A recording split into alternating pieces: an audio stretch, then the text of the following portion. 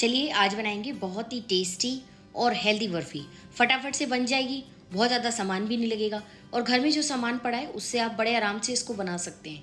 और सेहतमंद तो इतनी है कि एक बार अगर आप इसका एक पीस खा लेंगे ना तो पूरा दिन आपको भूख भी नहीं लगेगी और आपको ऐसा लगेगा कि आपने कोई हेल्दी चीज़ खाई है। Hello friends, welcome to my channel my kitchen diaries. तो चलिए रेसिपी शुरू करें। ये देखिए, आपको देखने से पता लग रहा होगा कितनी नरम मुलायम बर्फ़ी बनी हुई है, ऐसी कि बिल्कुल मुंह में रखें और घुल जाए। ये देखिए इसका टेक्सचर कितना अच्छा है। तो चलिए रेसिपी स्टार्ट करते हैं। कितनी नरम मुलायम बर्फ़ी बनकर तैयार हुई है ये तो आपको देखने से ही पता चल रहा होगा। और इसको हम आराम से 15-20 दिन से लेकर 1 महीने तक स्टोर करके खा सकते हैं। इसको बनाने के लिए मैंने 1 कप के लगभग देसी घी लिया है। बहुत कम घी का इस्तेमाल करेंगे। पहले थोड़ा थोड़ा घी डालकर हम सारी चीज़ें जो भी हमें इसके अंदर डालनी है उन्हें अच्छे से फ्राई कर लेंगे। 50 ग्राम के लगभग मैंने गोंद ली है। ये आधी कटोरी गोंद है और ये बारीक वाली गोंद है। अगर आपको मोटी गोंद मिले तो हम उसे बाद में चूरा कर लेंगे या आप पहले भी मिक्सी में चूरा कर सकते हैं। इस तरह से बिल्कुल हल्की फ्लेम के ऊपर हम गोंद को अच्छे से भून लेंगे। गोंद को सुनहरा होने तक भूनना ज़रूरी है, नहीं तो गोंद कच्चा रह जाएगा। आप चाहें तो 2 बार में करके भी भून सकते हैं या एक बार में ही गोंद को आराम से भूना जा सकता है। मैंने पहले थोड़ी गोंद डाली और फिर बाकी के घी में थोड़ी और डाल के सारी गोंद को हम अच्छे से चलाते हुए भून लेंगे। गोंद जो है सारा घी एब्जॉर्ब कर लेती है, लेकिन फूल कर बहुत अच्छी हो जाती है। हड्डियों के लिए तो ये रामबाण है। गर्मियों में गोंद को नहीं खाया जा सकता है, काफ़ी गर्म होती है। तो इस दौरान आप अपने बच्चों के लिए और घर में जो बड़े बूढ़े हैं उनके लिए और अपने खुद के लिए भी कमर दर्द का और हड्डियों को अच्छे से मजबूत बनाने का गोंद के साथ एक बड़ा अच्छा एक्सपेरिमेंट कर सकते हैं।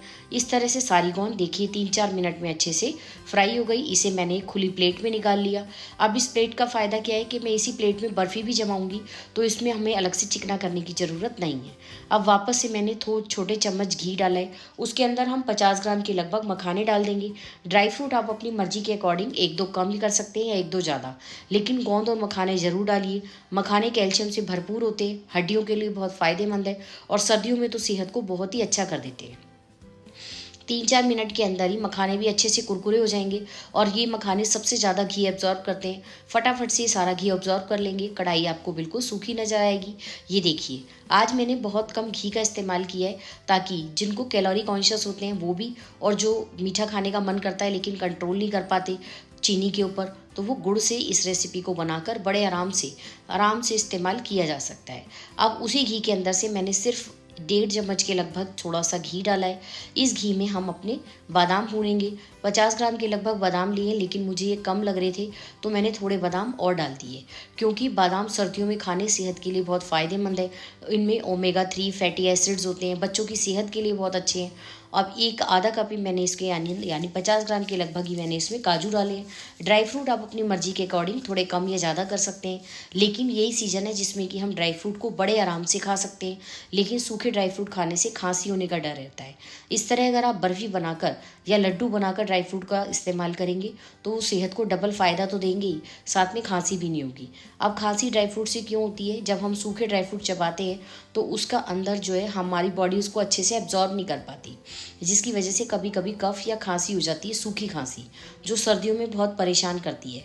लेकिन इस तरह से आप घी में भूनकर ड्राई फ्रूट का इस्तेमाल करेंगे, वो भी लड्डू या बर्फ़ी में, तो वो बहुत ज़्यादा सेहतमंद हो जाएगी। ये अपनी सेहत को 10 गुना ज़्यादा बढ़ा देंगे। ये देखिए, अभी इन्होंने तो बिल्कुल घी एब्जॉर्ब किया ही नहीं, क्योंकि काजू बादाम घी एब्जॉर्ब नहीं करते। अब मैंने आधा सूखा नारियल लिया था। आप चाहें तो उसे घिस के डाल सकते हैं, लेकिन मैं हमेशा मिक्सी में पीस कर डालने की कोशिश करती हूँ, क्योंकि अगर घर में कोई बड़े जने हो तो नारियल के घिसा हुआ नारियल होता है वो दांतों में फंसता है और फिर दिक्कत होती है उन्हें। तो इस तरह से अगर आप पीस कर लेंगे तो उनको कोई दिक्कत नहीं होगी। साथ में मैंने 50 ग्राम के लगभग खरबूजे की गिरी यानी मस्क मेलन सीड्स डाले हैं। ये भी सेहत के लिए बहुत ज़्यादा फ़ायदेमंद होते हैं। इनमें अपना ऑयल होता है, लेकिन इन्हें हमें अलग से कभी भी ना भूनें, हमेशा किसी चीज़ के साथ भूनें, क्योंकि ये बहुत तेज़ी से उछटते हैं और वो सारी रसोई में फैल जाते हैं। इस तरह से जितनी देर हमारा नारियल बिल्कुल लो फ्लेम पे भूनना है, कोई एक्स्ट्रा घी नहीं डालना, उतनी देर ही हम गोंद को हल्का सा और क्रश कर लेंगे। आप चाहें तो मिक्सी में पीस सकते हैं, लेकिन गोंद का दाना मुंह में आता हुआ बहुत अच्छा लगता है और ज़्यादा बड़ा साइज़ ये गोंद का था भी नहीं, तो मैंने इसे बस कचौरी से क्रश कर लिया। उसके बाद जो नारियल और खरबूजे की गिरी थी वो भी मैंने इसी के ऊपर डाल दी। अलग अलग बर्तन करने की ज़रूरत ही नहीं, सिर्फ एक ही कढ़ाई के अंदर हम बहुत अच्छी बर्फ़ी बनाकर तैयार कर लेंगे। दोनों चीज़ों को हम अच्छे से मिला देंगे। अब मैंने कढ़ाई के अंदर जो बचा हुआ सारा घी था वो मैंने डाल दिया है। बिल्कुल भी एक्स्ट्रा घी का इस्तेमाल नहीं करना पड़ा और परफेक्ट बर्फ़ी बनी है। इससे ज़्यादा घी का इस्तेमाल आप करें भी ना। अब मैंने इसमें 1.5 कटोरी के लगभग गेहूं का आटा डाला है। आप चाहें तो 1 कटोरी गेहूं का आटा, आधा कटोरी सूजी या 1 कटोरी गेहूं का आटा और आधा कटोरी बेसन डाला जा सकता है। बेसन डालने से भी ये बर्फ़ी बहुत ही ज़्यादा स्वाद बनती है। ये सिंधी लोगों की एक ख़ास मिठाई है। इसे चीनी के साथ भी तैयार किया जाता है, लेकिन गुड़ के साथ, सर्दियाँ हैं तो गुड़ के साथ इसका अलग ही फ्लेवर भी आएगा और खाने में बहुत ज़्यादा टेस्टी भी लगेगी, एकदम नरम।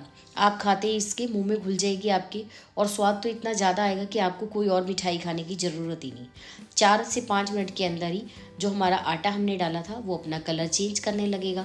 बस धीरे धीरे इसे लो फ्लेम पर पकाते रहिए। इसमें हमें थोड़ा सा टाइम लगेगा। ड्राई फ्रूट भूनने में कुल 5 या 7 मिनट ही लगे हैं, लेकिन आटे को भूनने में आपको 10 से 15 मिनट लगेंगे।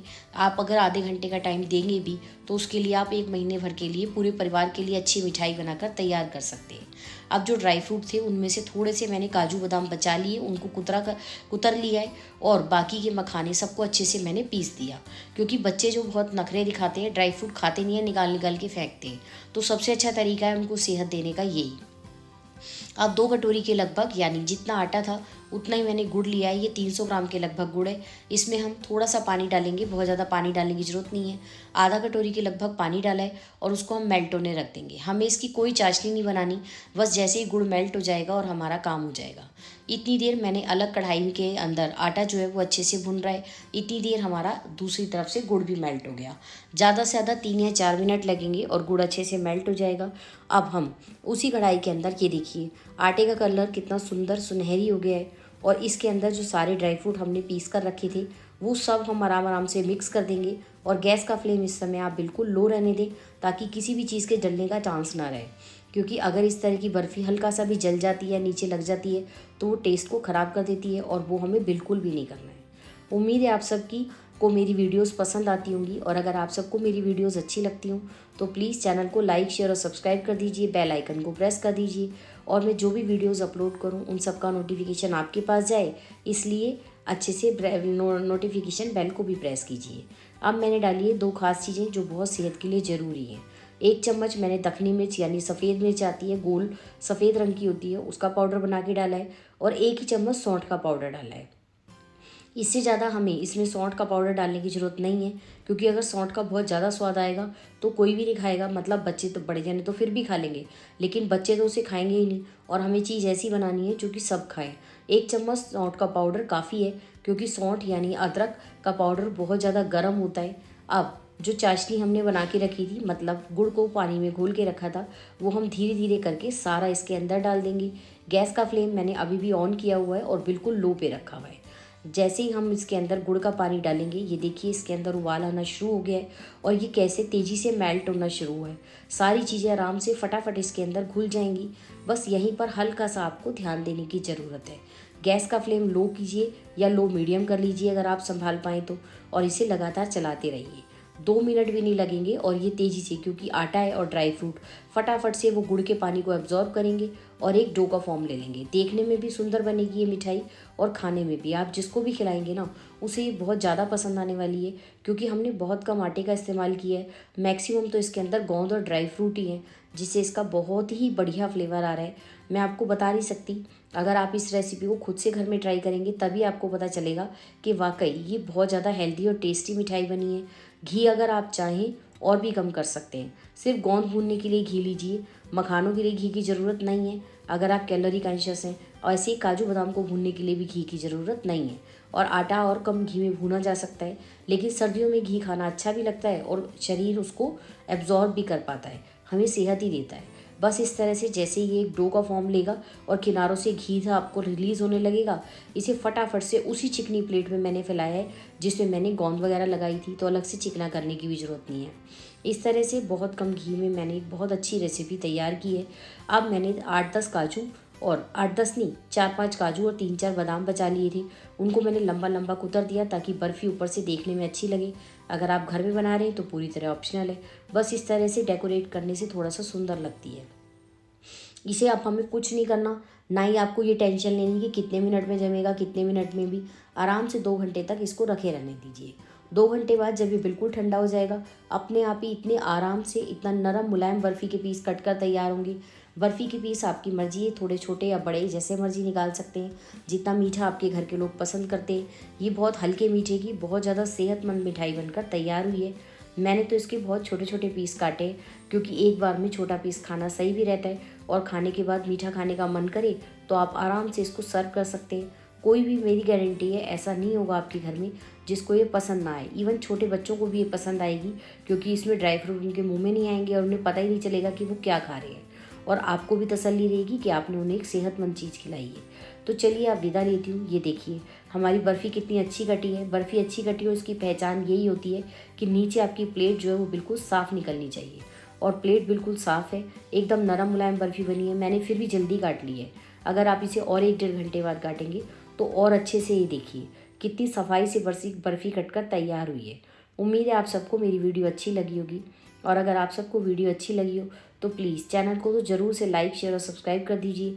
बेल आइकन को प्रेस कर दीजिए, ताकि जितनी भी वीडियोज़ मैं अपलोड करूँ उन सबका नोटिफिकेशन आपके पास समय से पहुँच जाए, और आप देखकर उन वीडियोज़ से फ़ायदा उठा सकें, नई नई रेसिपी बना सकें। तो चलिए अब विदा लेती हूँ, फिर मिलूँगी नई